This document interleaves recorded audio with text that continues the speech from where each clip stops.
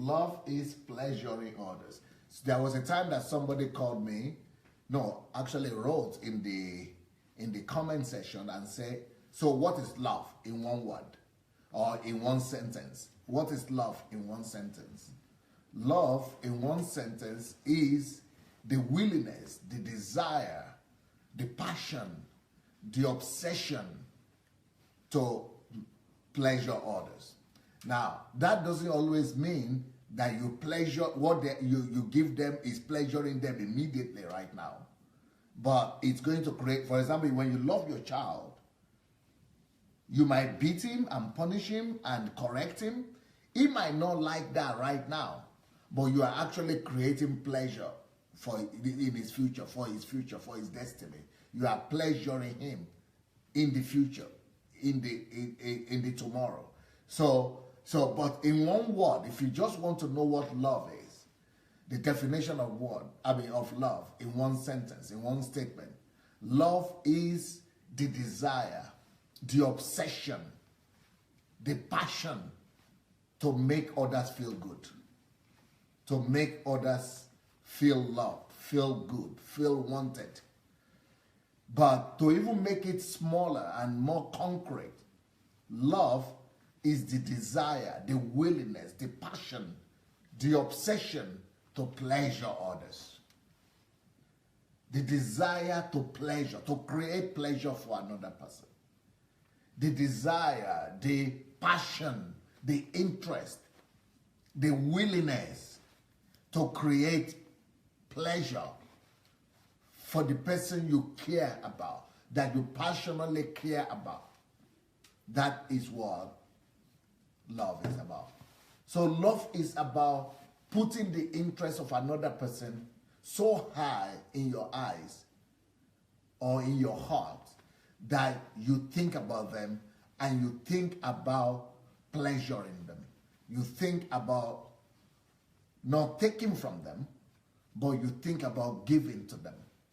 So love is about attention, paying attention, noticing, celebrating, focusing, concentrating on the object of love. Love is about serving, attending to. Love is about caring about. Love is about wanting to create comfort, wanting to create pleasure, wanting to care for the future, for the present, for the destiny of the one you love. So love, when many people cannot really define love, because, I like the way the person said it. I think it was Mr. Shima, actually, Mr. Eze Shima. I think he's the one that actually asked that question and said, you have said a lot of things. You have used a lot of words to describe love. But how can you just describe love in one sentence, in one statement, that everybody can just in one word? What is love? Well, that is the definition of love right here. This is the definition of love, and that's what we are dealing with today. Love is pleasuring others. That's the shortest definition of love you could ever think about. But to explain it further, love is the desire, the obsession, the passion to create pleasure for others. Love is the desire, the passion, the willingness to focus on creating comfort, blessing, care, comfort for the object, for the person that you love, So today we are dealing with the definition of love. And that definition is what is the title of today's topic. Love is pleasuring others. Love is pleasuring another. Love is not about self. Love is not pleasure in self. Love is pleasure in another. Love is not about me. Love is about the other one that I'm pleasuring. Love is creating pleasure, not for myself, but for this person that I say I love. When you meet a mother, a true mother, and why do we love our mothers? Why do we love our moms? The one single reason that everybody in all nations, in all traditions, in all tribes, in all nationalities, in all continents, mothers are special. Mothers are unique. And what makes mothers unique? You know what makes mothers unique. What makes mothers unique is their love. Mothers are unique because of their love. Love is what makes mothers unique. And so how do you describe that love? How do you recognize the love of a mother? A mother is somebody that always creates pleasure for the child. And that is why if she's a real mother and if she's a caring mother, that is something that distinguishes mothers from every other human being on earth. A mother is focused on creating comfort, on creating pleasure for the child. Now, even when your mother is punishing you, even when your mother is beating you, you know that she's beating you now or she's punishing you now only because she cares to create a better future for you. Only because she cares to pleasure your future, to create, she's sacrificing your present comfort for the sake of your future comfort. So a mother, a true mother, is somebody that is so full of love and all the time wants to make you feel that love. And it is that love that draws us to our mothers. It is that love that makes us to be close to our moms. You know, it is the love that we have for mothers or for anybody, that because they know, mothers understand what love is. Mothers know how to pleasure their children. I mean, when mother will be sleeping and she will hear the cry of her baby and she will wake up in the night and go and do everything. She will lose that sleep and she will say, oh, my son, my daughter, what do you want? Is it food? Okay. She will forget about her own interest. A mother will spend the whole day cooking in the kitchen and the first person that is going to taste that food is not her. It's going to be her child. You know, mothers are unique. And what makes mothers unique is love. Love. Mothers are people who are able to give love. And how do they give this love? They concentrate, they focus, so they make the interest of that child become their primary objective. They make the passion, they care for that child to become their focus. They make the comfort of that baby to become their concentration, their passion. They make the pleasure of that baby to become their passion, their obsession. So when anybody that makes pleasuring you their obsession is the person that loves you. Now, you know, the reason why a lot of ladies are not married. Come, can you come, please? Yeah. Are you married? No. You don't want to marry? You don't want to marry, okay. You know why she's saying she doesn't want to marry? It's because she has not found somebody who will make her pleasure, her comfort, his own obsession. Can you come? Yeah, I got a boy here for her.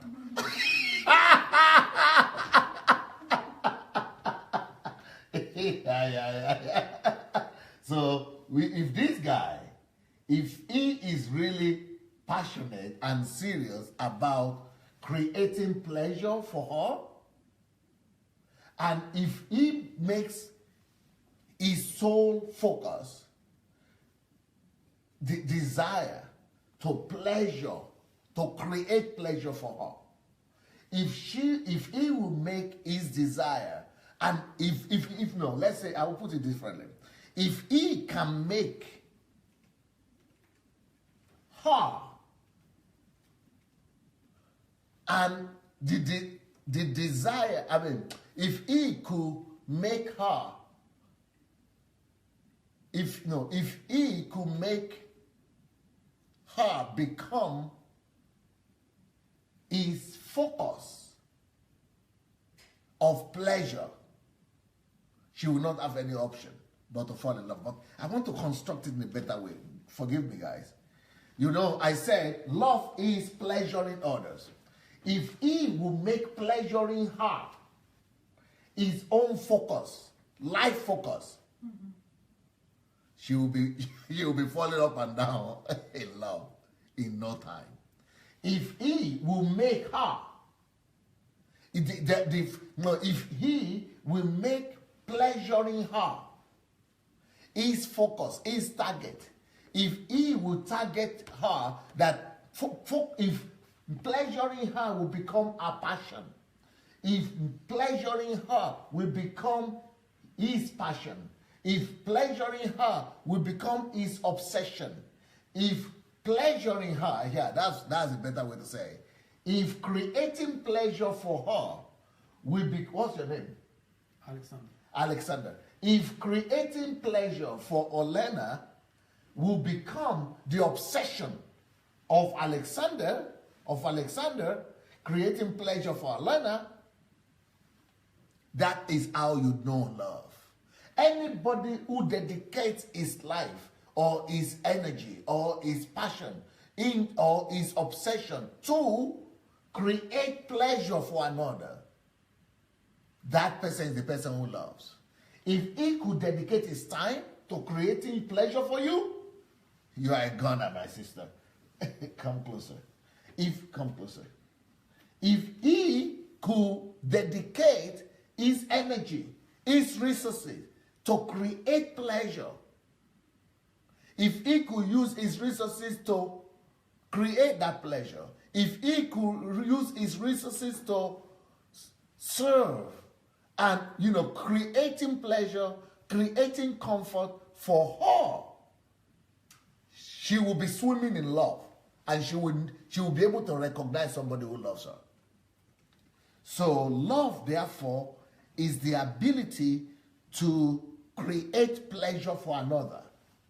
Love, therefore, is the ability and willingness to create comfort, pleasure for another, to serve another. So love is not looking at a girl and thinking, how can she pleasure me? That is not love. That is selfishness. Love is not looking at her and saying, what can I get from her? That is not love. That is selfishness. I was talking to one person this week, and the person was telling me, my girlfriend is paying 50% for the rent, and I pay 50% for the rent. Well, maybe it goes for you, maybe that is okay for you, but if you are really in love, if you really love that girl, and you want to create, anybody you love becomes the center of your passion, of your focus, of your obsession. When you really love somebody, you are obsessed at creating comfort for them.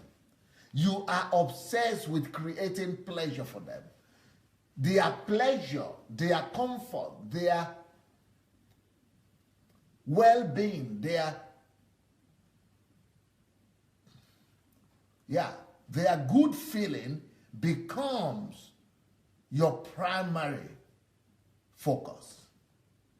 Just like you think of having a child. When you have a baby, it's no more your life anymore. Once you have, especially for a woman, when a woman gives birth to a baby, she is no more concerned anymore about her own life is no more a priority. A priority becomes her child, because that is love. A woman is created for love. She's an object of love, and so when even when a woman gets pregnant, she cannot sleep on the stomach, on her face anymore, because she will not sleep on the stomach. She has to. That pregnancy dictates everything about her life. All kind of discomfort she endures just for the sake of the goodness of that baby. So the comfort and the pleasure of that child becomes the focus of the mother.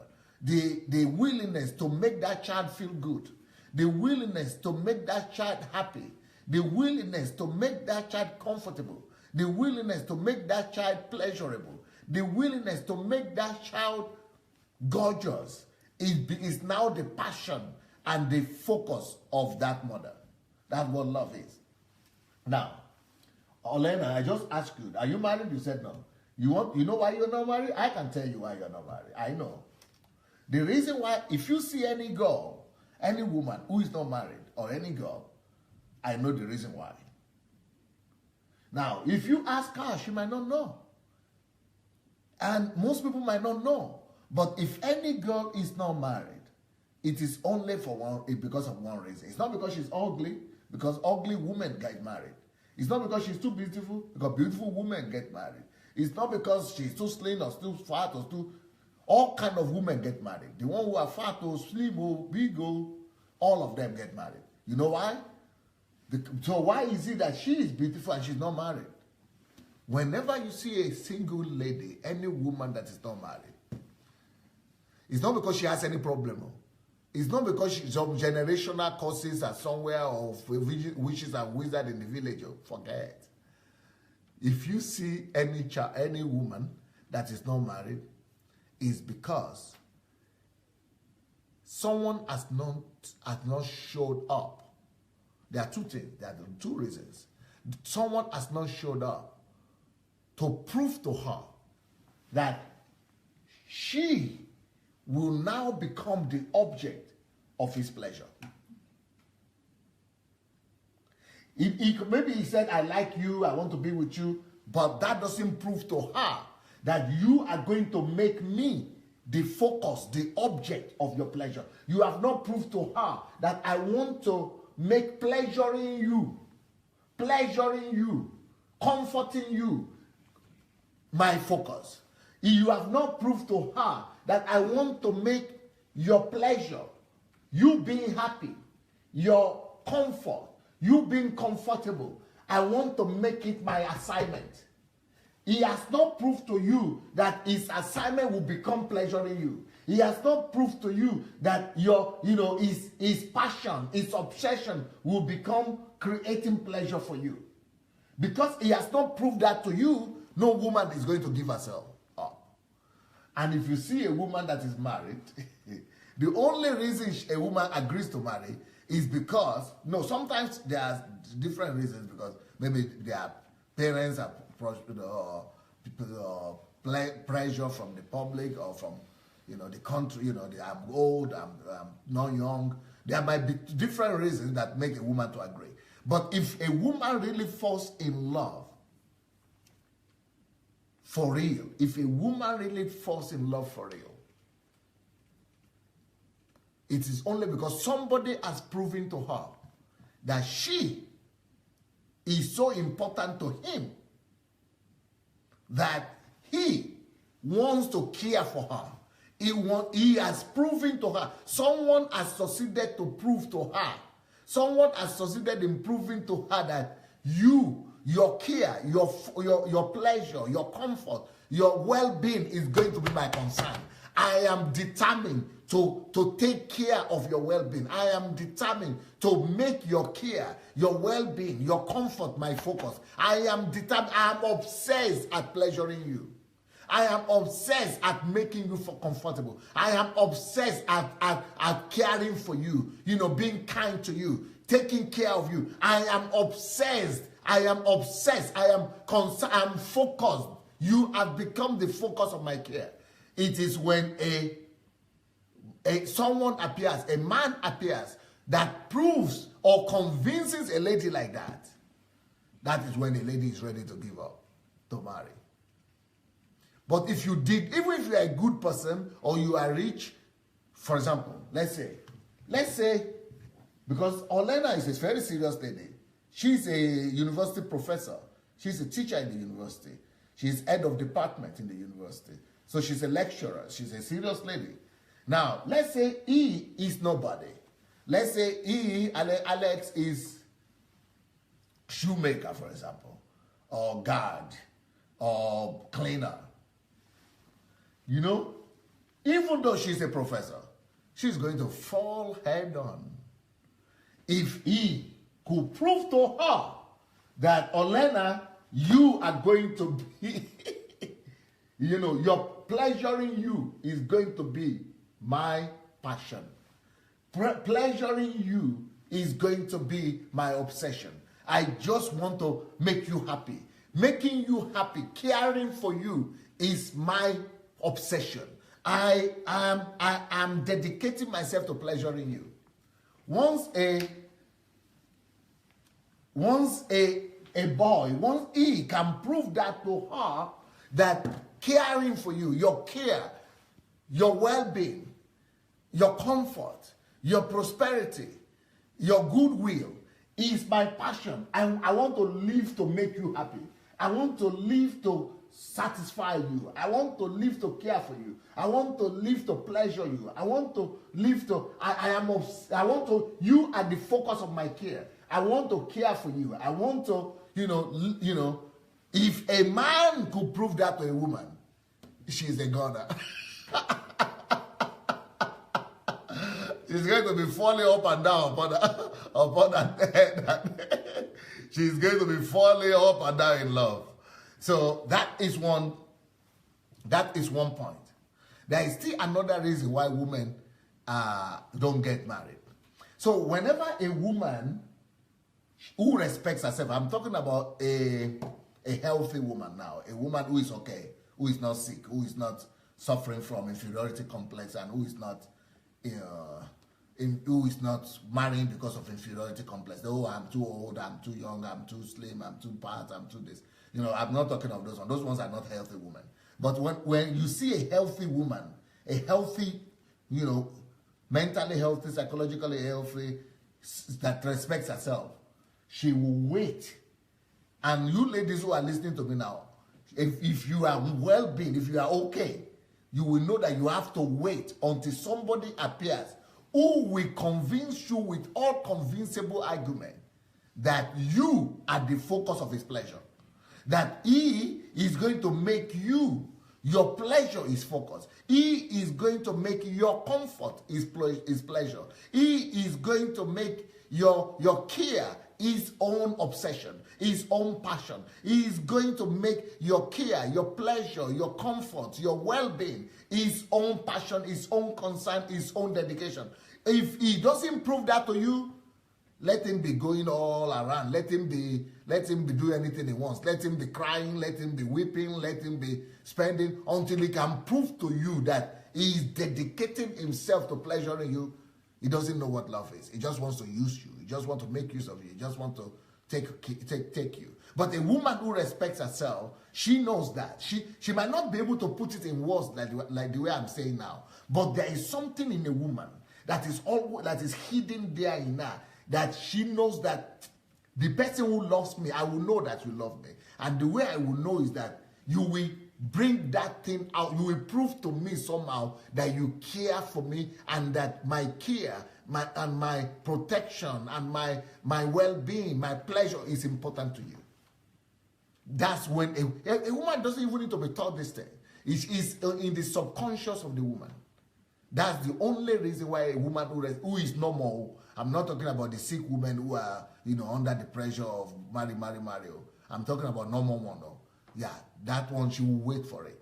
Now, there is another reason why you see women that are... So when you see a woman that is not married, it's because someone has not come up to show and prove to her that her pleasure, her comfort, her care, her well-being has become his passion. There is no one who has appeared to prove to her that her care, her well-being, her pleasure, her comfort has become his own obsession. He has not proved to her. That's why she's not married. Whenever you see a woman who is not married, it's because she respects herself. It's because someone has not come to prove to her enough that her pleasure is important to him. That's number one. Number two, so when people now say, oh, okay, you are not married, and women, what they call, they say women want to marry only rich men. Women only want to marry, they are just selfish, or they want, what they call them, they are what? They are, they want rich men, they want this thing, that they are selective. They are selective. They want only rich, I tell women, you know what I tell women? Only foolish women are not selective. Only foolish, abnormal women are not selective. If she's not selective, she's sick.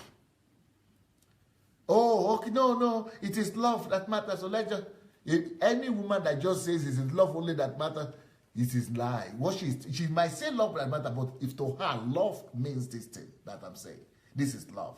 That she's looking for somebody that will prove to her that her comfort is important to him, her pleasure is important to him. That is love for her. Now, there is another reason why women might not marry. The second reason why a woman might not marry is because no man has come to prove to her uniqueness. Every woman is waiting. Every woman is expecting that a man, a prince, what do they call it? Prince Sham or Sham? Charming, Prince Charming, right? Oh, yeah, Prince Charming. That Prince Charming will come and prove to her own uniqueness. You see, a woman, like for example, have you ever thought about this? How does a woman know? We are two men here now. How will she know? Okay, two of us are in love with her. How does a woman select? How does a woman know the one to marry? How does a woman know the one to select? The one out of us that will prove to her that she is unique. The one that will prove a uniqueness to her.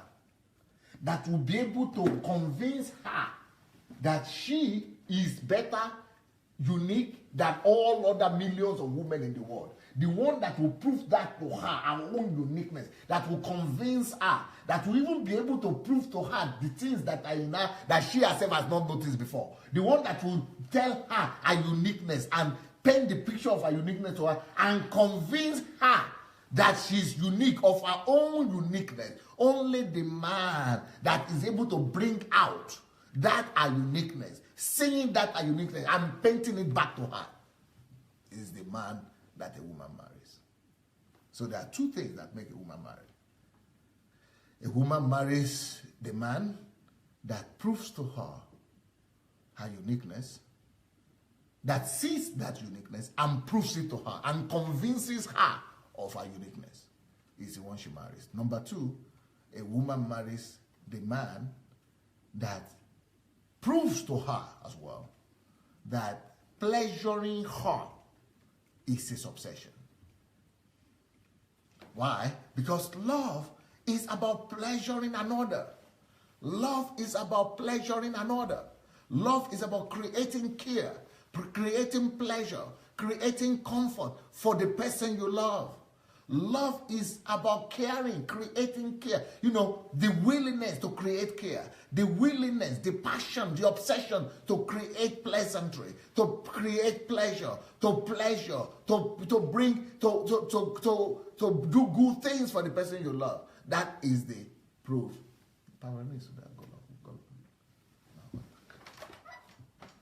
That is the proof to her that you love her. If you cannot prove that to her, either through your action or through your words or through anything like that, if you cannot prove to her her own uniqueness, number one, and your passion and desire to care for her, to create a pleasure, then you are not a husband candidate. You are not a candidate for husband. You will remain single for a long time, just be going all around. But unfortunately today, because of television and the pressure of television, sex, and, women have really been reduced to not valuing themselves. People have really make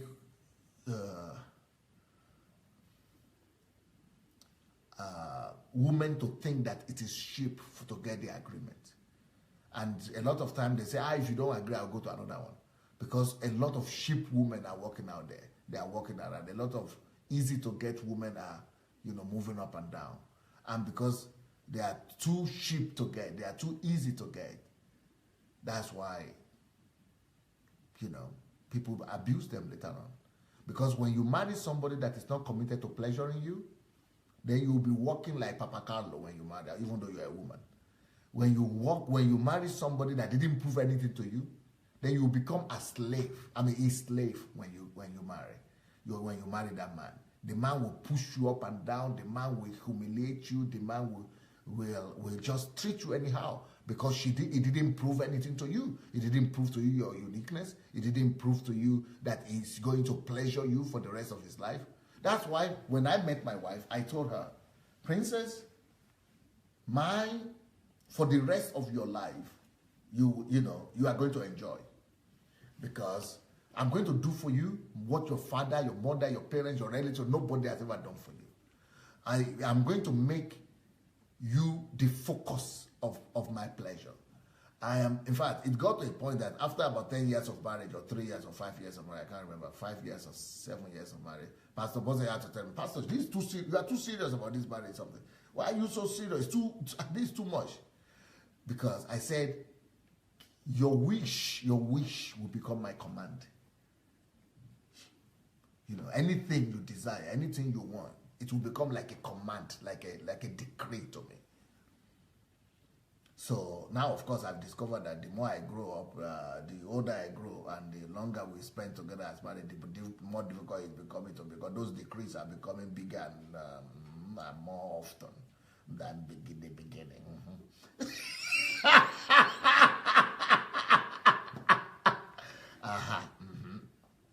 I was almost saying something, oh my God, why did I say this? Oh, I've overpromised. But it's good. But that is, at least that shows commitment. That shows seriousness. And a woman needs that. A woman needs that assurance. People are laughing. They laugh here. When you give somebody small appetite, you didn't know that it was going to grow. And in Russian language, there is a proverb they have that appetite rises to the level of the of the menu that comes. Appetite begins to increase to the size of the menu. But that's my desire. That's the desire of my heart, to make a desire and which is my obsession. To make our wants, our desires, my obsession, my command. That she doesn't need to ask me anything in life. She just needs to wish it. I just need to get it. I just need to, to just find out somehow. She just needs to mention it slightly. She just needs to barely mention it, and it becomes a command to me. She never will ever need to ask me for anything. That's why I did that message that time. You remember, yeah? When I preached that why I don't drive and my wife doesn't cook. Because I've made my commitment to her. When you love someone, that's what love does. When you love somebody, pleasuring them will become your obsession. It will become your focus. It will become your passion. It will become your desire. It will become your joy. Pleasuring them will be your joy. Pleasuring them will be your joy. So love is when pleasuring others, creating comfort, creating joy, creating care, creating well-being, the well-being of others, just creating that atmosphere for another person. When that becomes your joy and your passion, then you are in love. Then you deserve to love that person. So that's why I cannot understand when people are married. I mean, the other day I said, okay, she was telling me, okay, my wife pays 50, I told her she will pay 50% of the rent, I will pay 50% of the rent. She will pay 50% of the food, I will pay. I said, thank God I'm not a woman. If I'm a woman, and any foolish man come and tell me that, I will not just tell her no and turn my back. I will slap her, I will slap him. If he pay 50% for food in the restaurant, I will pay 50% of the rest. If I want people who will pay 50%, you think I cannot find by myself without you? I can even find anybody in the street, or any woman like me, or my mother, or my brother, my sister, who come and pay 50% with me, not be husband. And that's the kind of families we have today. And somebody called, Isaac, I think, Mr. Isaac from America called the other day and said, it is because life is difficult in the West. And I understand that. But let her willingly volunteer to do things by herself. Let her willingly say, okay, I want to support you. I see the way you are trying. I see the way you are making efforts. I see the way you are, trying your best. So I will also go and help you somehow. But don't be demanding from your wife if you love her. Are you not the one who told her to go and marry you? So what were you thinking when you had to go and tell her that? You were thinking that she was going to be economic refugee in your house? Going to work to sustain you? You crazy? All the men are dropping off of my platform now. For some reason, I don't know what's wrong with them. We were 300, all the men have just dropped off. The men don't like what I'm saying. What's wrong with the men? Well, this message is not about women, though. Let me go back to my message. Don't be the woman that they talk about. Thank you. You can go. Make I come back to my message. Otherwise, I will lose everybody before I finish. Before I lose everybody, let me go back to my topic.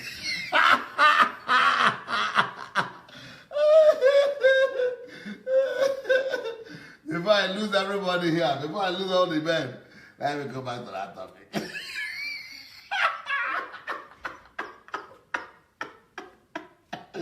The topic is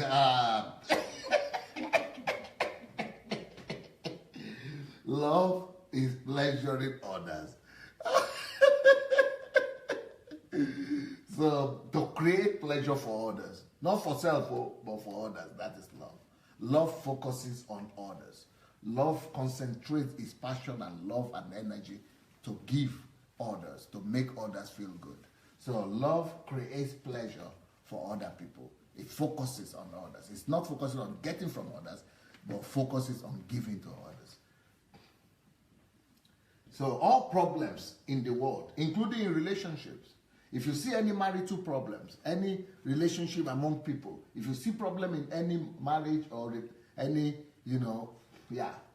any society, any human problem you see, especially marital problem, you see that all problems in the world is a love problem. In marriage, it's a love problem. Either one husband is loving himself too much, or he's not loving his wife like himself. Either husband is not loving his wife as himself, or he's loving himself too much, or he's loving the wife too much. Or it's the opposite, or the wife is not loving the husband like herself, or she's loving herself too much, or she's loving the man too much. So all problems in the world is a love problem. Either loving yourself too much, or not loving others as yourself, or loving others too much. So in a marriage, for example, a woman could be loving herself too much, that will be a problem. Or not loving her husband as much, then that will be a problem. Or not loving, or loving the children too much, that will also be a problem. So all problems we have in relationship and in life is a love problem. You demonstrate love but real love is pleasure in others. So since love is creating pleasure and comfort for others, you see that so come and see this now. If you want to know, those of you who want to know the definition of love and what is real love, right? What is love? Love is your ability to demonstrate, you demonstrate love by creating pleasure. You demonstrate love. How do you show love? How do you love? You love by creating pleasure to others, to those you love. Creating pleasure for those you love. Now, like I said, so what about punishment then? What about, denial? It's because if you know that thing is going to destroy them, it is called tough love. It is when you love somebody, you don't want to give them something that will hurt them. Even though they are crying, they are saying, oh, I want it now. Like my children, for example, they didn't like salato in the beginning, just like their father. But thank God my wife, she knows the value of salad.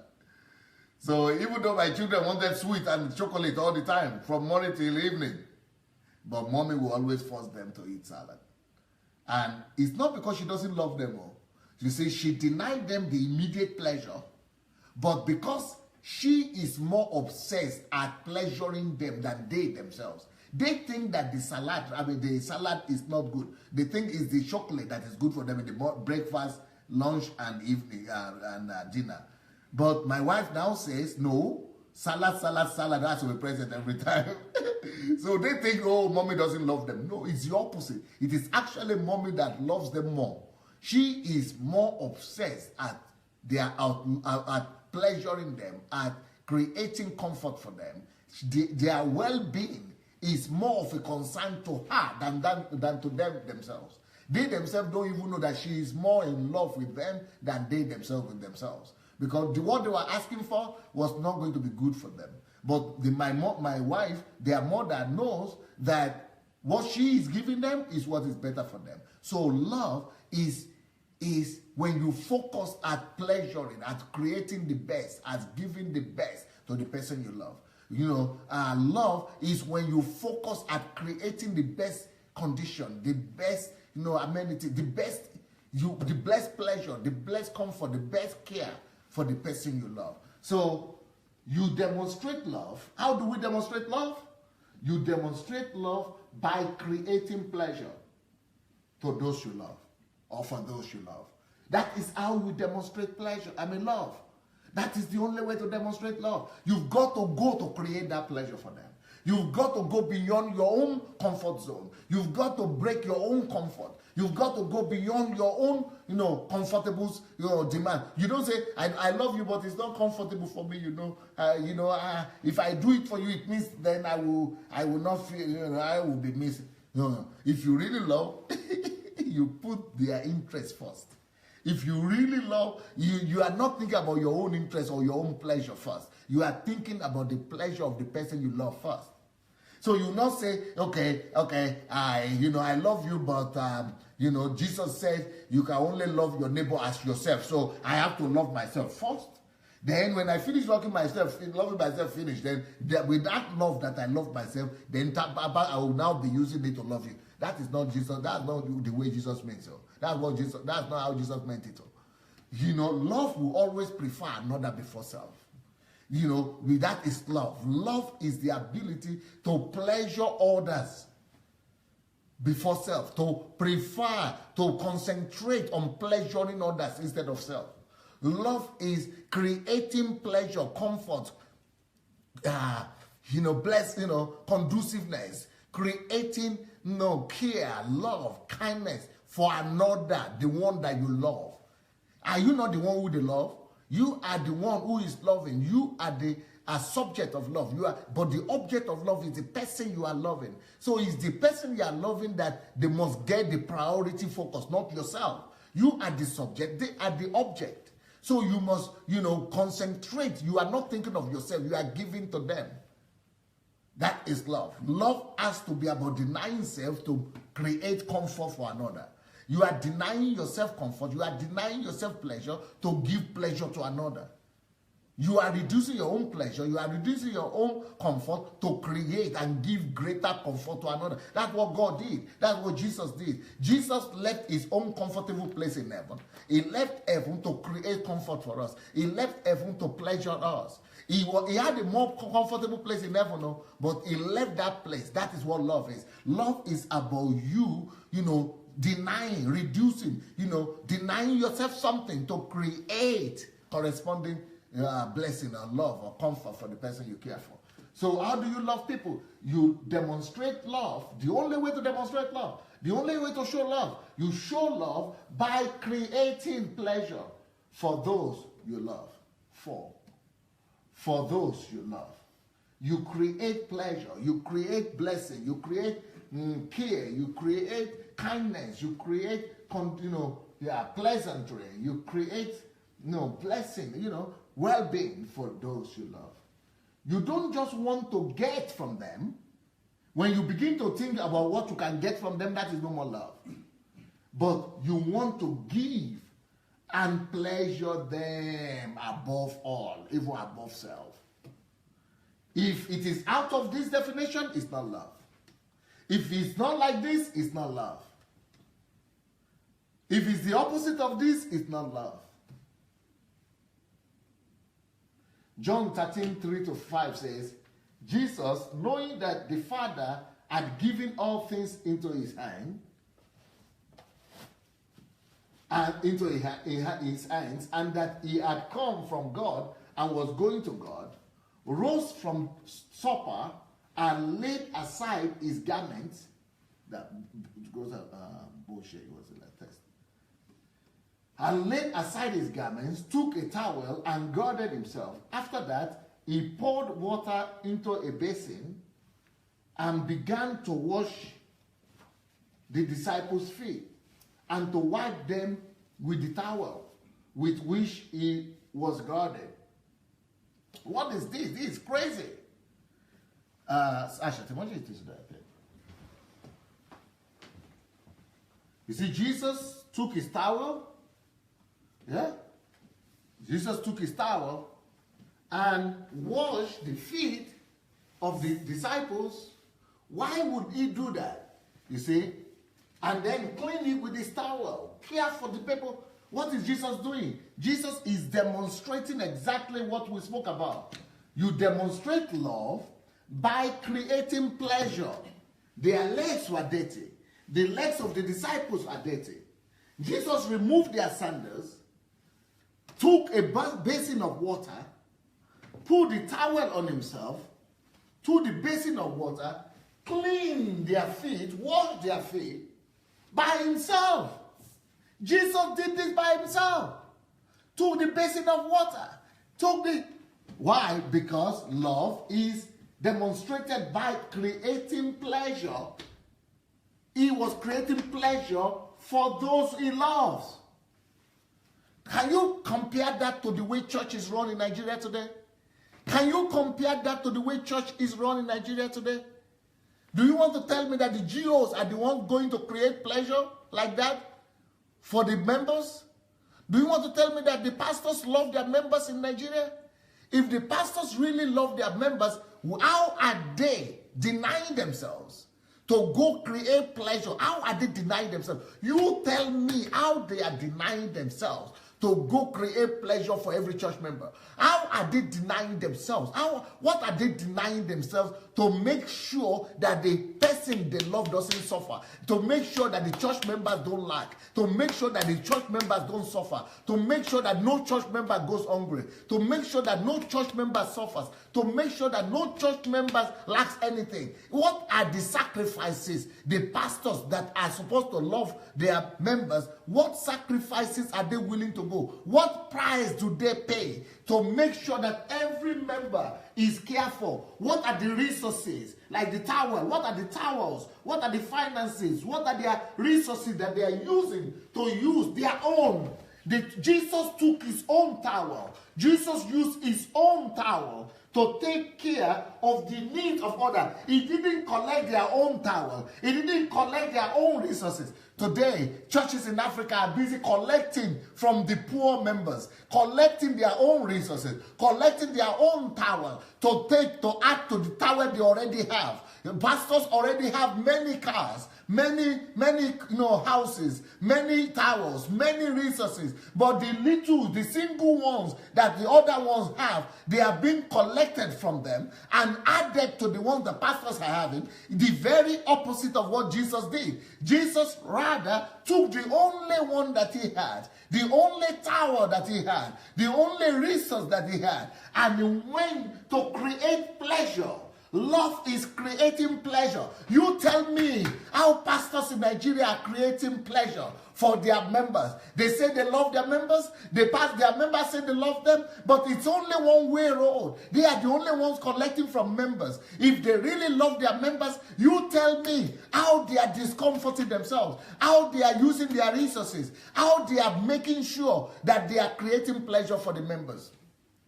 But if you go to the Acts of the Apostles, you will see that they understood exactly what Jesus meant. And in the Acts of the Apostles, you know what they did?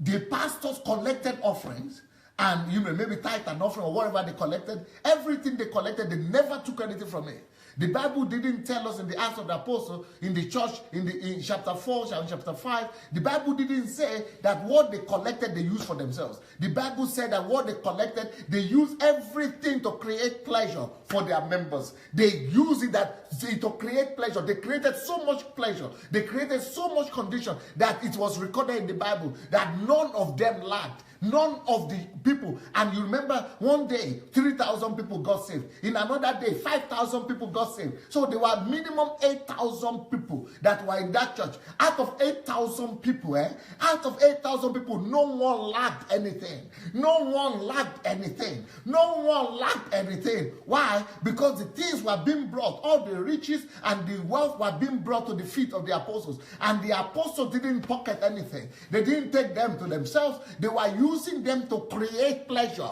To create pleasure and to resolve all the conditions and the circumstances of the members. All the 8,000 members were taken care of. They were so well taken care of that it was documented that nobody was in need. Nobody was in need. That means they could send their children to school. That means they could have 3 square meals. That means that all their needs were met because of the activities of the pastors. What are the pastors we have in Africa today? That's why when I say we don't have churches in Africa, I don't mean that there are no few remnants. Yes, there are always remnants. But I'm saying in the general term, the pastors are just doing the opposite. They are collecting the very little that is left in the hand of the hungry masses. And that the hungry masses now have they have collected so much from the hungry masses that in Africa, now in the whole world, the Nigerian pastors are now the richest. They are the richest pastors because they have collected. No, masses don't have anything left. The masses don't have anything. Our people are the poorest because everything they had before, they have now given to the pastors.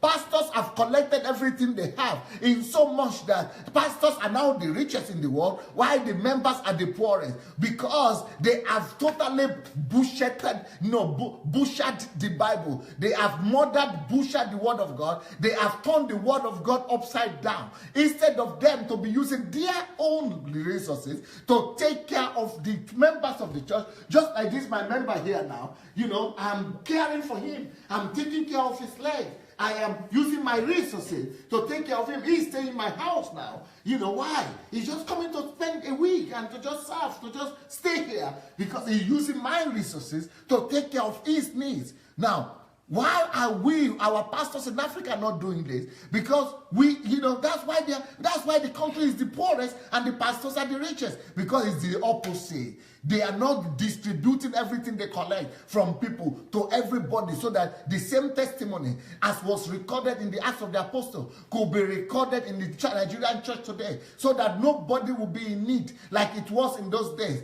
But today, it is the opposite. They collect from everybody and don't give to the poor, and then the poor keep on being poorer. The pastors keep on being richer, and then until they become the richest in the world and the people the poorest in the world. It is not Christianity. It is abuse of Christianity. It is a rape of Christianity. So how do you demonstrate love? If our pastors in Africa really love, they would do the same thing that the Acts of the Apostles did. And what did they do? They loved the people and they took care of them. They loved the people and they demonstrated that love by creating pleasure for everybody in the church, so much that there was nobody in need. There was nobody in need. Because love, if you love somebody, you demonstrate that love by creating pleasure for those you love. You don't want to get from them, but you want to give to them. But in African churches today, pastors only want to get from them. They don't want to give to them. So who loves who? Who is supposed to be pastoring who? It is the pastors who are collecting from people instead of giving to the people. And they are going to teach about love. No, when you love, you don't want to get. You want to give and pleasure them above yourself. This is love. This is love. If anybody else tells you that the opposite is love, that no, because we love you, that's why we are collecting your tithe. Because we love you, that's why we are collecting your offering. It is love, oh. It is because we love you, oh. That's why we are collecting your tithe and offering, oh, so that we will become rich and you will become poor, oh. That is not love, my dear. That is not God's love. For God so loved the world that he gave his only begotten son. He gave his only begotten son. Love gives. If those pastors love their members, if those pastors love people, they will give to them. And that's what we see here. Jesus took his towel and took a bucket of water and used it to wash the feet of his disciples. Why? Because he loved them. He loved his disciples. He was the one serving them. That is love. Love is proved or demonstrated by the willingness to listen to the person you love. You want to listen to their needs. You want to listen to their wants. You want to listen to their desire. Anything that concerns them, that was paining them, or is of a concern to them, you want to listen to them. You want to hear them out. When you love, you want to listen. You pay attention to someone you care about. If you really love, you will care about. You will pay attention. If you really love people, you will care about them. You want to hear what is bothering them. John 21, 4 to 6 says, But when the morning had now come, Jesus stood on the shore. Yet the disciples did not know that it was Jesus. Then Jesus said to them, Children, have you any food? They answered him, No. And he said to them, Cast the net on the right side of the boat, and you will find some. So they cast, and now they were not able to draw it in because of the multitude of fish. And it was after that they recognized that, this is Rabbi, this is the Lord. This is the Lord here. This is the Master here. Why? You know how they recognize Jesus? By his love. It is the care of Jesus for his people that made them to recognize that it was the one. By his attitude. They didn't recognize him. When the morning had come, Jesus stood on the shore. Yet the disciples did not know it was Jesus. They did not know him. They did not recognize him. But how did they recognize him? What made them to recognize him? They were able to recognize him by one thing. By the actions of love. By the steps of love. His desire to pleasure them. His desire to create pleasure for them. When he created that pleasure for them, he was saying, have you eaten? Do you have any need? Can you see how Jesus will behave? This is after resurrection. This is not before resurrection when he was with them. This is after resurrection. For you to see the heart of Christ, the heart of God. He said, they didn't know he was the one. But Jesus acted like God. He acted like Jesus. Through love. It was by his love that they recognized who he was. Then Jesus said to them, Children, have you any food? Have you any food? Just like a mother cares for the son, for the daughter, just like parents care for the children. See, this is how every pastor in Africa is supposed to be behaving. Every pastor is supposed to be asking the church member, have you any food? Do you have any food to eat today? Does your children have food? Do you have your school fees? Have you paid your school fees? Do you have what to use to pay for your house bill? Have you paid for your rent? Do you have what to eat? This is Jesus. He's our chief shepherd. He's our high priest. And he is concerned that people, grown-up people, he's not talking about children here. He's talking about grown-up adults. And he's asking the adults, children, do you have anything to eat? Jesus cares. They got to know him by his love. And that's what he told us. By this shall all men know that you are my disciples, if you love one another. It is through that love. When he said to them, have you anything to eat? They said no. He said, okay, let me provide for you. When he provided for them, they saw the love. They said, this cannot be any other human being than Rabbi, than our master. This one is the master. This one, I don't know if it looks like him or it doesn't look like him, but he is the one. We can see his action. No human being behaves like this. This love, this kind of love cannot come from any other human being. It is only the master. That's how I want to know your pastor. That's how I want to know pastors in my country. If the pastors of Nigeria, if the pastors in Africa don't become like this, if they are not defined by love, if love has not become their identity, I don't want to recognize them as pastors. I don't want to recognize them as representatives of God, because you are not representing God if love is not your identity. When you love someone, their comfort becomes your obsession. You become obsessed with creating comfort for them. When you love someone, their comfort becomes your obsession. What do you think? Do you know that men go to work? Why do men go to work? You think men go to work because of themselves? Yes, I know there are some men that go to work because of themselves, because they want to wear jeans, and want to wear suits, I want to say I am cool. I want to smoke cigarette or drink beer, or or just be doing shanga, buy the latest car, and then do. But those are not men. Those are just boys. They are not matured. But when you see men that are matured, the reason why men go to work is because they want to pleasure their family. I tell you so. Now me tell them. Now me tell you so. If the reason why men are going to work from morning to evening, the reason why they even find joy in the work that they are doing, is because they know that they will, at the end of the day, they will come back home and put something on the table, and be able to bring food to the table, and be able to make their wife smile, and be able to make their children smile. That's why men should go to work. It's not because they want to make money for themselves. It's not because they want to buy a car for themselves, or they want to buy some suit and look cool. It's because a real man is because he wants to pleasure the wife. It is women. If you don't know, you are the force that are driving this world. You are the motor. You are the engine. You are the caterpillar where they drive men.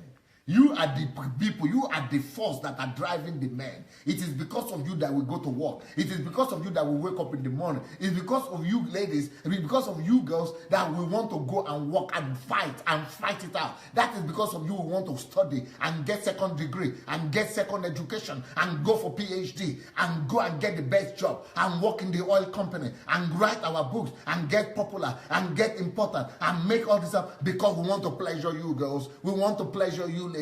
We want to pleasure our wives. We want to pleasure our children. It is you that are driving us. The desire to pleasure you. If we are real men do all these things because they want to pleasure the ladies. But when you see a man that is egocentric, he's not a man. And if your husband is not doing everything to pleasure you, to pleasure your family, you know Mario, you are just having some boys in the house. You are cohabiting with a boy that is not matured. You don't have a husband. A real husband that is in love wants to pleasure the family, wants to pleasure the husband. When you love someone, and women do this automatically. I'm not even talking about women. People are saying, why are you just talking about men? You are attacking the men too much. Why are you not talking about... For women, it works naturally. Why is it that when men divorce or people divorce, it's the women they give the children to? Because for the women, it's almost natural. If a woman loves you, she'll be doing crazy things for you. You'll be saying, this one did too much. But we are the ones who are supposed to love them and go and propose to them. So since we are the ones who are proposing to them, it is the priority is in us, the onus is in us to take responsibility. So when you love someone, you want to tell me you love that family? You want to tell me you love that family? You want to tell me you love your wife? You want to tell me you love those children? You want to tell me you love that family? You love your mother? You love your father? You want to tell me you love your village? You want to tell me you love your church? You want to tell me you love those people? You want to tell me you love your members? When you love someone, their comfort becomes your obsession. Remember that. When you love someone, when you love somebody, their comfort, their pleasure,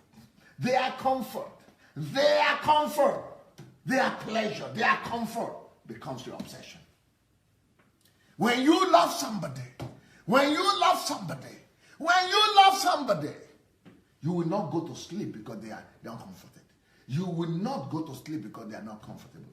You will not go and be doing your own life and be doing your own thing when they are not happy, when they have not eaten. When you love someone, their obsession, their comfort becomes your obsession. You make sure things get done for them. That's what love does. You make sure things get done for them. You make sure things get done for them. By the way, if you people have not listened to my family series, you dey miss so. All of you have not listened to my family series. You dey miss so. If you go to YouTube, you will see that I have what is called family series. You all need to go and listen to that family series, because if you don't listen to the family series, then you don't even have an idea what love is, okay? And you will be listening to some things in that family series that you've never heard anywhere else, and maybe you will never hear anywhere else. That family series, you have to get ready for it. I'm talking there from how to date somebody, from, before you get to from young girl to get to know who to date, how to date, from brain to know who to date and how to date, to marriage, to preparation to marriage, to giving birth to children, to how to raise children. Everything is there in the family series. So when you love somebody, their comfort becomes your obsession. You make sure things are done for them. That's just the way it is. As I told you, John 21:15-18. So when they had eaten breakfast, Jesus said to Simon Peter, Simeon, son of Jonah, do you love me? Do you love me more than this? So what is the proof that you love me more than this? Are you not just loving me the same way like all other people are loving me? What is the proof that you love somebody? Do you love me more than this?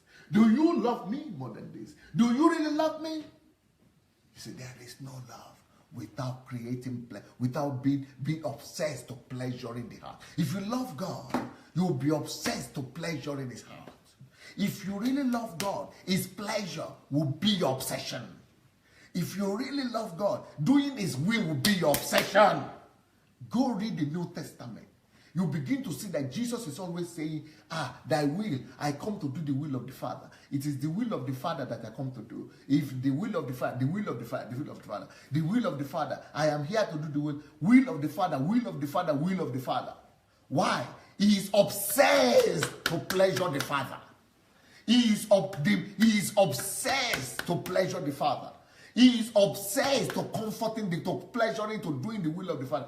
Pleasuring the Father, making the heart of the Father happy is his own obsession.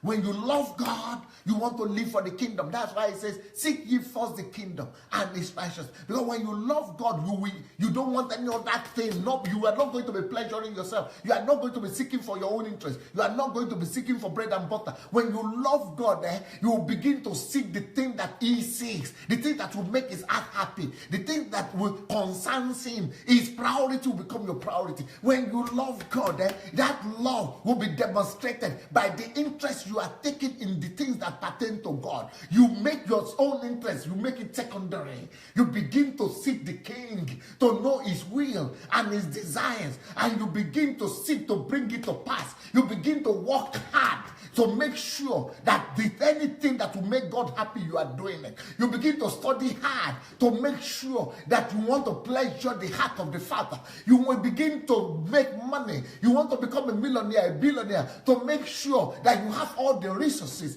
to make the heart of the Father happy. When you love God, his pleasure, the desire to pleasure him will become your life. It will become your love. It will become your obsession. You don't want to love gold. You don't want to love silver. You just want to love doing the will of God. You just want to give your life to pleasing him. When you love God, the desire to glorify him, the desire to make his heart happy, even if you need to die, you want to do it. That is how love of the God is demonstrated. And that's why God said, you shall love the Lord your God with all your heart. With all your heart. It doesn't have to be 50%. It is not by 70% love. It can only be 100% love. With all your heart, with all your soul, and with all your strength. When you love God, you want to give all to him. When you love God, you want to give. So Jesus was asking Peter, Simon, son of Jonah, do you really love me more than this? He said to him, yes, Lord, you know that I love you, okay? But you see, that's what Jesus was asking, was waiting for. Jesus was waiting for the proof. If you really love me more than this, what is the proof? How are you going to pleasure me? How are you going to make my heart gladdened? How are you going to make my heart happy? If you really love me more than this, what are you doing that these ones are not doing? If you really love me more than this, how committed are you? How radical are you to make me glad, happy? How are you committed to my will? If you really love me, how much are you committed to making my heart rejoice? Do you really love me? He said, yes, Lord. You know that I love you. He said to him, feed my lamb. He said 3 times, do you really love me? Then later, if you said you love me, and he said, you know I love you. No. What are you going to do? Commitment. Commit to feeding my lambs. I'm leaving my lambs here behind. You should tell me, this is what I want to hear from you. What are you going to do? The proof of love is action. The proof of love is action. If you are not going to do something, you don't love. Feed my lamb. That's what shows your love. He said to him again the second time, Simon, son of Jonah, do you love me? He said to him, yes, Lord. You know that I love you. He said to him, tend my sheep. Care for my sheep. Care, the care of the one that you love. The desire, to pleasure the one that you love is a proof of love. He said to him the 3rd time, Simon, son of Jonah, do you love me? Peter was grieved because he said to him the 3rd time, do you love me? And he said to him, Lord, you know all things. You know that I love you. Jesus said to him, feed my sheep. Most assuredly, I say to you, when you were younger, you gathered yourself, that's the bottom line. Go do things. Don't just talk that you love me. Prove it. When you love, you discern the discomfort of those you love. When you love somebody, you notice the discomfort of those you love. Your wife is having a headache and you don't even notice. And she's been having a headache for 1 week. And then you say, why did you tell me now? And she's thinking, what do I need to tell you? Because when you love somebody, you discern the discomfort they are going through. You discern the discomfort of those you love. If you really love me, you will know that I'm not happy. If you really love me, you will notice that this thing is paining me. If you really love me, you will notice that I am uncomfortable with what is happening. If you really love me, you will notice, you will be able to discern my discomfort. I don't necessarily need to tell you. You are supposed to notice something. But when you don't love somebody, you don't even notice anything. But when you love them, you take note. When you love someone, you discern the comfort of those you love. The discomfort. You discern the discomfort. What is troubling them? You're going to notice what is troubling them. You're going to notice that they are hungry. You're going to notice that they have not eaten. You're going to notice that they have a need. You're going to notice that they are in pain. You're going to notice it. Even when they are not in pain, you are going to go to them and ask, are you okay? When you love, you discern the discomfort of those you love. James 2:14-17 says, what does it profit, my brethren? What does it profit, my brethren, if someone says he has faith but does not have works? Can faith save him? If a brother or sister is naked and destitute of daily bread, and one says to them, depart in peace, be warmed and filled, but you do not give them the things which are needed for the body, what does it profit? Thus also faith by itself, if it does not have work, is dead. It's not just saying you love somebody in heart or, by prayer. No. Faith without works is dead. Faith without work is dead. Who can you rely on to provide you whatever you need? Who will you call at midnight if a need arises? Who will you, when you run into trouble, when you have any problem, what this one is saying is that when you have any problem, who can you rely on to provide you your need? For example, somebody can, somebody can be living. I remember a situation like this. My sister she's in Africa, right? And in the night, in the midnight, or maybe 2 o'clock, 3 o'clock Nigerian time, armed robbers were breaking the door into her house. She has husband though. The husband there for the next room, for the next quarter of the room. You know what she was doing? She was calling me in Ukraine that armed robber. Call telephone to Ukraine, not police, not husband. Ukraine she was calling to. Because she doesn't have faith. She has more faith that if I could just get my brother, if I could just get Pastor Sunday, he was going to do something about it. Either he's going to get police to come, or he's going to pray to God, or he's going to send angels, he's going to fly down. I don't know what he's going to do, but if I could just get my brother in this midnight, he would do something. You say, that is love. Because she is assured, and her heart is sure. And she knows she's assured of the love of that man. There are people in today's families, husband and wife, they are living together. And the woman has problems, she will not even tell the husband because there is no love there. She would rather go and tell the mother, or go and tell the sister, or go and tell the father, or go and tell the relatives. Why? Because she has more trust, more comfort, more protection in that love than in that so-called husband. Who can you rely on to provide you whatever you need, especially in the middle of the night? Who will you call upon? That is where your allegiance is. That is where you know you are sure of love. Who will you call at the middle of the night if a need arises? You know what I've discovered? I don't know if that is what happens, if that happens in Africa or not. A woman gets sick after giving birth. Maybe she has cancer or she's dying, and they hospitalize her. That's why I tell women, don't be crazy about getting married. Don't make marriage your whole life priority. Don't make marriage your life obsession. Forget about it. Make God your life obsession. And the willingness to fulfill his will and promise for your life. Just pursue his purpose.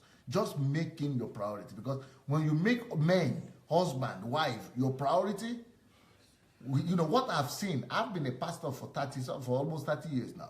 And what I've seen is that when a woman has cancer or a deadly disease or something like that, the woman, the man himself will say, go and call your mother.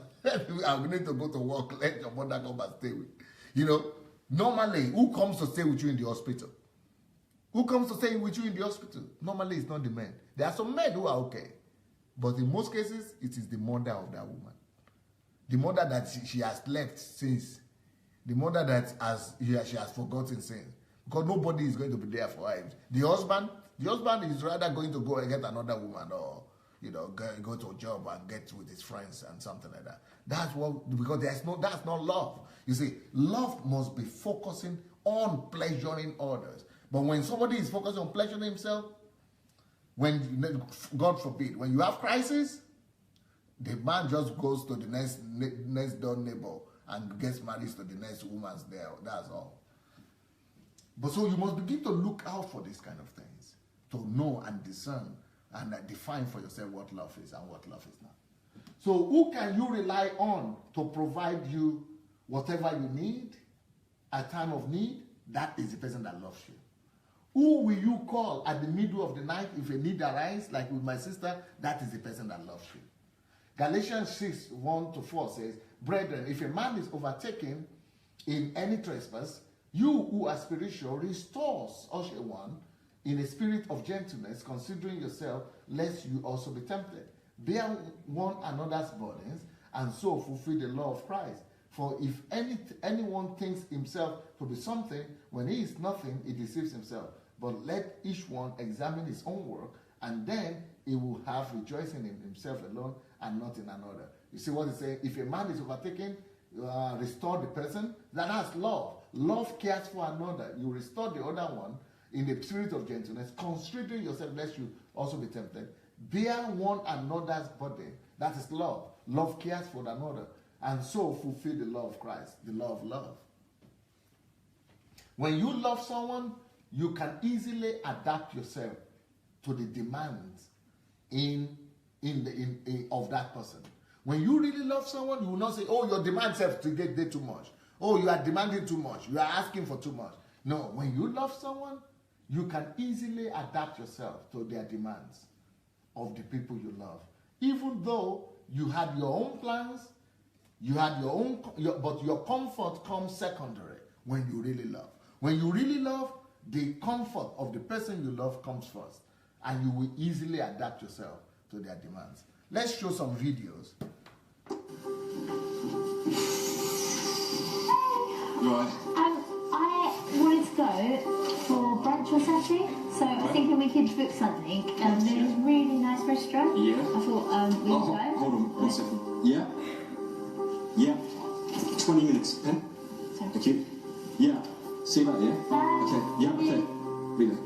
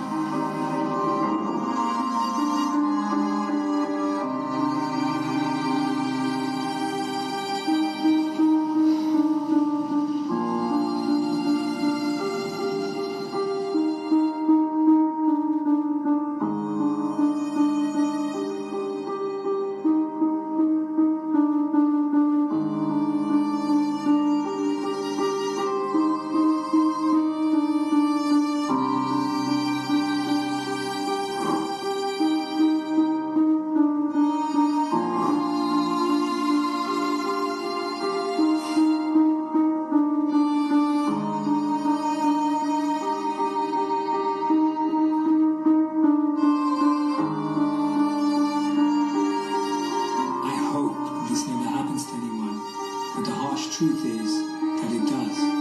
Often we're so engrossed in our work that we forget to value, appreciate, and recognize those that we're actually working for. We get so wrapped up in our own lives that we forget the people that make up our life. I know people who regret the last words they said, and others who never really got to share how they genuinely feel. Whatever is taken for granted will eventually be taken away. That's when we end up missing the most the person that we least appreciated. Because we never think the last time will be the last time. We think we have more, but we don't. Focus on those that you really love.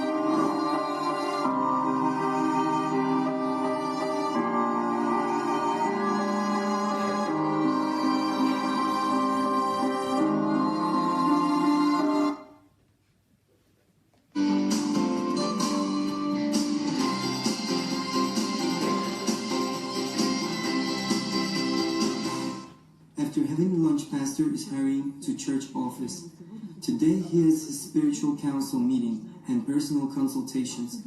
Having made clear all issues of the spiritual council, Pastor begins to receive people for consultations. These consultations are mostly preferred by Sunday in his ministry.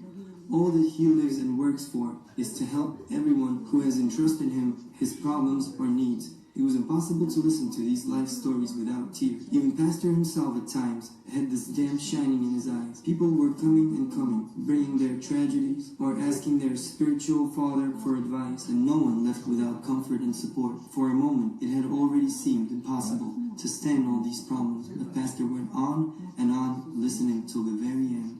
I never met such people as Pastor. I know this man went through many pains and sufferings.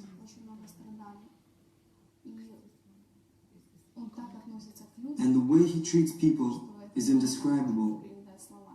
Everybody who attends church services will understand me. Many people gotten bitter after going through the difficulties that he went through. Очень многих людей подобные страдания, они ожесточают. Ожесточают и к людям, и ожесточают вообще к обществу. But Pastor Sunday became softer. He can't pass by a suffering man. He can't reject anyone who is in pain.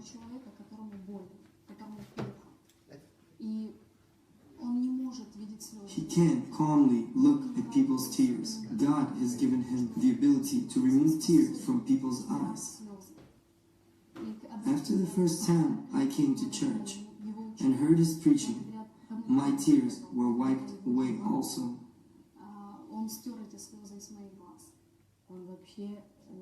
He is a man who can read people's destinies and thoughts.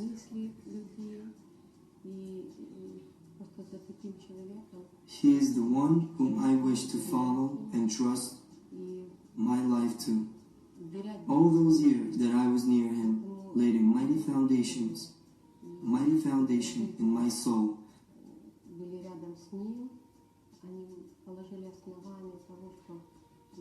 And I have got a strong desire to change my life to be like him.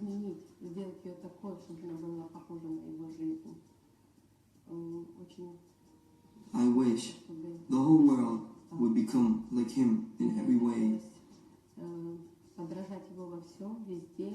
Because in the family and other life issues, he is very wise and able to make the right choices. He knows how to live right. Not everyone knows this.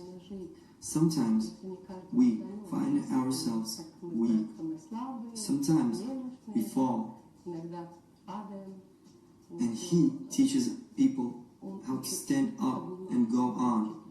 He teaches us to believe in ourselves and helps us to constantly perfect ourselves.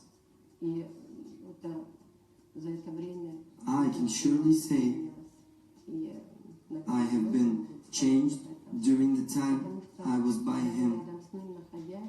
It is impossible to be near him and stay the same. People who know you say that you have some special ability to remove tears from people's eyes. Is it true?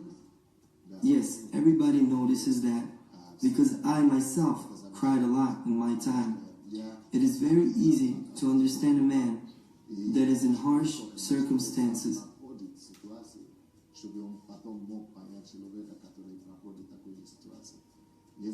If you yourself once went through them, you can say good words, but the words without experience aren't enough.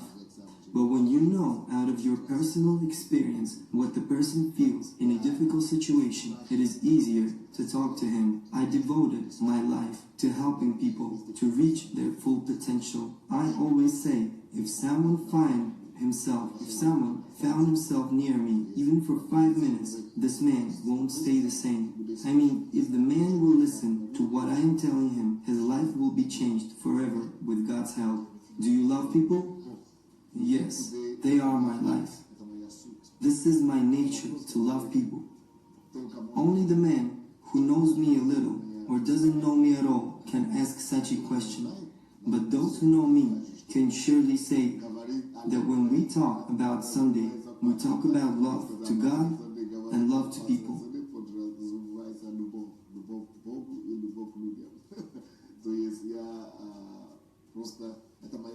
This is my whole life. I am possessed with love for God and for people. If this will disappear, Pastor Sunday will disappear. It is some kind of special love, because you can easily speak with drug addicts, bums, and alcoholics.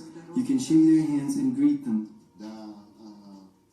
Yes, I think my biography also plays a very important role in this. I think the fact that I experienced losses, deprivations, and sufferings when I was young gives me the ability to understand people, how they feel. to understand people that now feel much worse than I do. I try to put myself into their place and understand them as if I myself was in the same situations as they are. I always say I can't pass by somebody because I remember how people passed by me, and I wouldn't wish anybody to experience this from me. I don't allow myself to pass by people because I remember how I was looking for help and didn't find it. So now I try to live my life that everyone who asks me for help could find it. I try to live my life in such a way that everyone who asks me for help could find it. He is able to love his enemies. He is able to love when he is not in a good mood. He is a man of love. He gives love to people. Through this love, they get confidence. It is difficult not to love such a man because love causes love to spring forth, and you want to love the whole world, what he is actually doing it.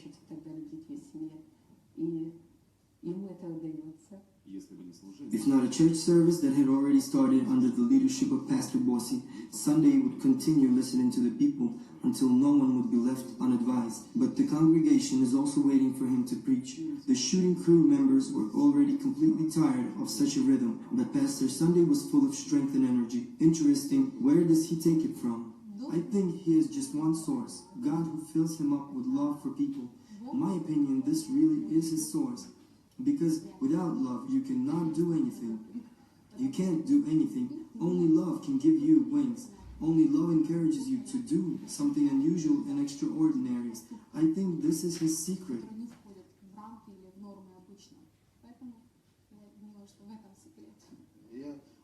I always wonder where he gets so much energy from. Sometimes I spend whole days with him. And wonder, when does he rest? Where does he get the patience to listen to people's problems? Why doesn't he become weak? I myself, as a human being, would be tired and drained, ready to break down and depressed if I were in his place, having my mind loaded with all the needs people bring to him. I'm amazed at his ability to understand and help people.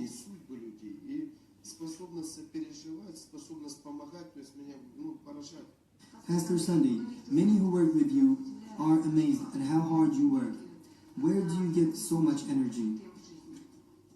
Yes, this is a very interesting question because I myself sometimes am amazed at how much energy comes from fellowship with God. My main source of energy is fellowship and friendship with God. When a man is close to God, who is the source of all energy, he can do big things with his help.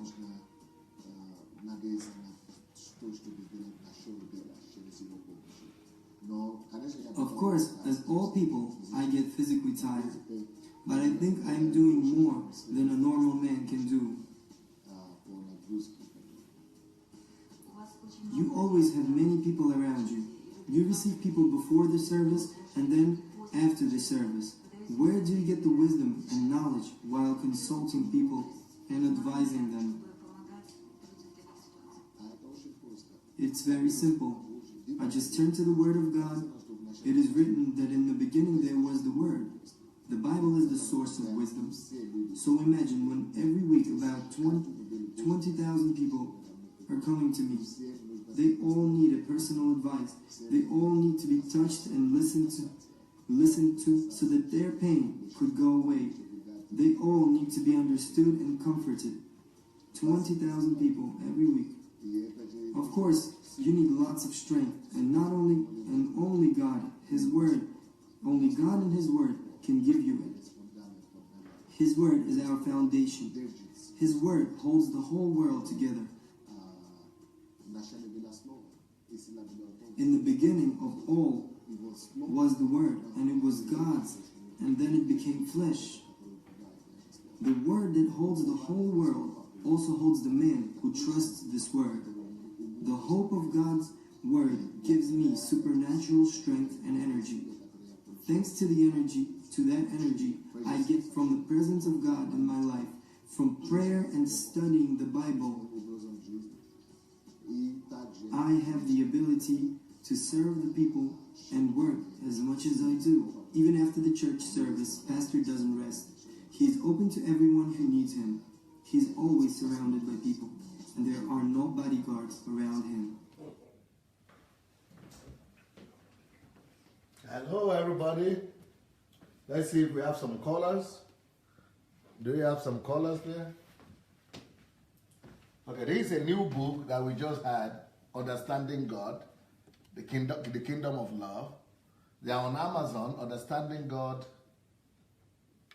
It is on Amazon, but the Kingdom of Love, they are on Amazon, but you can also write to dssbooks@gmail.com to get them. And then this one is too expensive on Amazon. This is like about $200 or $300. No, can you go back to this? Okay. This book here, if you want to know the secret behind the Embassy of God Church, this is the book. This is a professor here from America who came to do research. He came and lived there for 3 months or so to do research. He went to everywhere. He spoke to as many members as he could. And he wrote this book for pastors. This is a book, the research, what is the secret for the success of Embassy of God Church. It's called Missional Reformation for Discipling Nations. So this is the secret, the book that tells you this. It's a research book. It was not written by me. It's written by another person, someone independent who just came and documented the secrets behind the Embassy of God Church.